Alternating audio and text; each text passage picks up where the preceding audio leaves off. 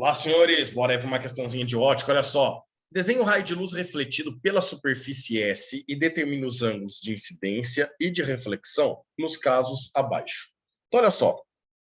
No item A, senhores, a gente tem um raio incidindo na superfície S e aqui no ponto de incidência, sempre no ponto de incidência para nós desenhamos uma linha de referência, que é a nossa chamada normal.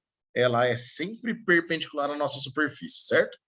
Esse raio de luz que veio nessa direção, ele reflete agora nessa direção aqui, certo ou não? E aí o ângulo incidente e o ângulo de reflexão sempre serão iguais.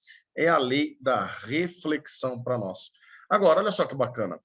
Já que nós sabemos que a normal forma com a superfície um ângulo de 90 graus, significa que o ângulo incidente é complementar ao ângulo de 20 graus. Então, para completar 90, nós podemos falar que o ângulo incidente vale 70 e que, portanto, o ângulo de reflexão aqui também vale 70 graus. Fechou? Bora para o item B? Olha só no item B. No item B, senhores, nós temos aqui o raio incidente bem na direção da nossa normal. Vocês estão percebendo aqui, ó? O raio incide na direção da normal para nós. Então, essa normal, vou apagar aqui porque ele está bem sobre a normal, né?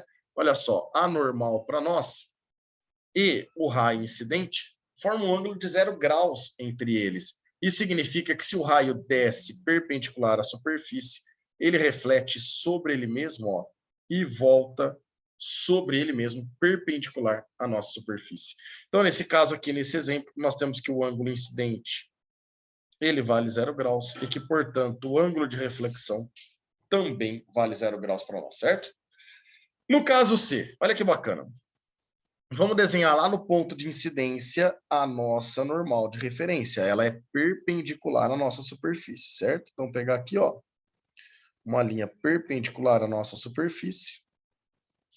E aí nós temos aqui a nossa normal como referência. O ângulo incidente é o ângulo entre esse raio incidente e a normal. O ângulo de reflexão é esse daqui, ó. O raio veio, incidiu nesse ponto, ele bate e reflete com o mesmo ângulo que ele incidiu. Então, o ângulo que nós temos ali entre o raio incidente e a normal é o mesmo ângulo que nós temos entre o raio refletido e a normal para nós aqui. Agora, olha que bacana. Vocês estão vendo que aqui embaixo nós temos um triângulo? Embaixo nós temos um triângulo. Esse ângulo aqui vale 90 graus. Aí, esse ângulo aqui é o ângulo alfa.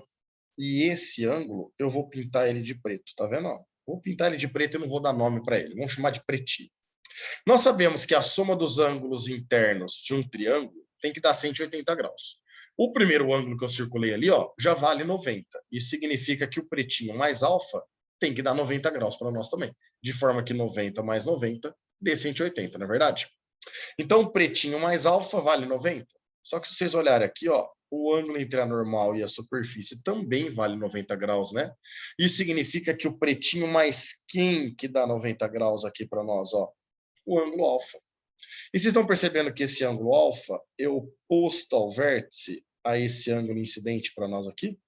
Se eles são ângulos opostos pelo vértice, significa que o incidente vale alfa e, consequentemente, o ângulo de reflexão também vale alfa para nós aqui, certo? Nesse caso não tem valores, porque ele representou a letra apenas, né? A letra alfa para nós.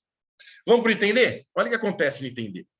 No item D, senhores, perceba que o raio está entrando numa superfície refletora apontando para o C. O C é o centro da esfera refletora.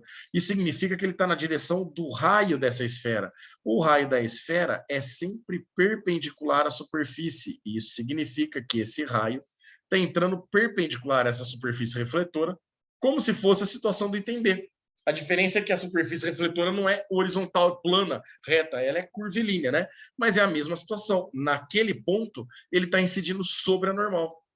Isso significa que nesse ponto aqui, de novo, o nosso ângulo incidente vale 0 graus. Isso significa que o raio refletido, ele reflete sobre o raio incidente.